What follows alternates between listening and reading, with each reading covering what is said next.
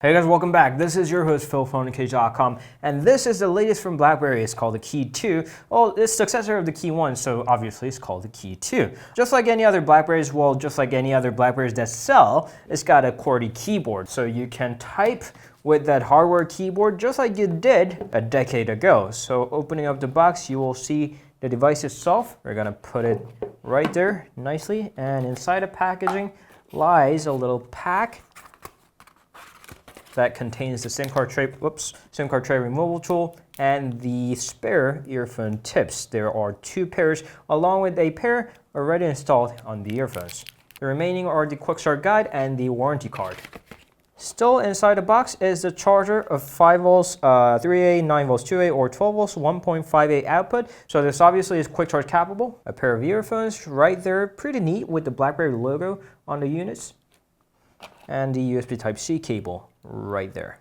And the phone looks like this with 4.5 inches of Full HD display. That's 3:2 ratio, just like the previous device. There's 8 megapixels camera on top, receiver, and the sensors right there. No notch or anything like that. For the keyboard right there, the KEY1 had a glossy keypad, which I wasn't a fan of, but this one now has a matte finish while keeping the fingerprint reader right there on the spacebar and the touch features. On the right hand side, you got the volume rocker, power key, and the convenience key that you can assign to any of the apps that you desire. On the left hand side is a SIM card tray that can hold up to 2 SIM cards or 1 SIM card and a 1 microSD card slot. The good thing here is that the device also comes in 128GB variant, so you don't have to worry that much about the expansion that you might lose by having the secondary SIM card. By the way, on the bottom is a USB Type-C port capable of Quick Charge 3.0, speaker, and presumably a microphone hidden behind that design. On top, you have a 3.5mm headphone jack, noise cancelling microphone, and on the back is the first dual camera ever on a BlackBerry. That's f1.8 dual pixel face detection autofocus and f2.6 face detection autofocus, both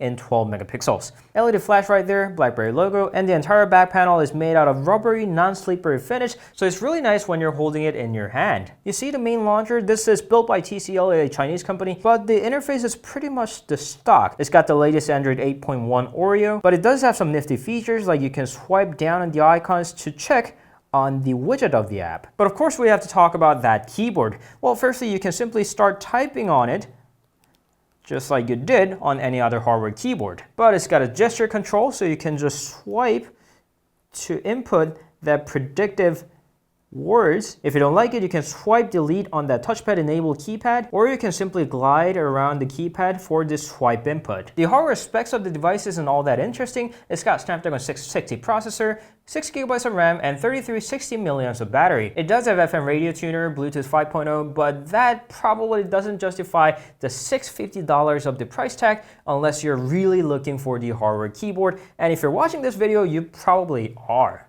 So I can't wait to spend some time with this very unique piece of device. We'll get back with the review very soon. If you have any questions, please leave them down in the comments. You can always meet us on Instagram, Facebook, Twitter, and Google+.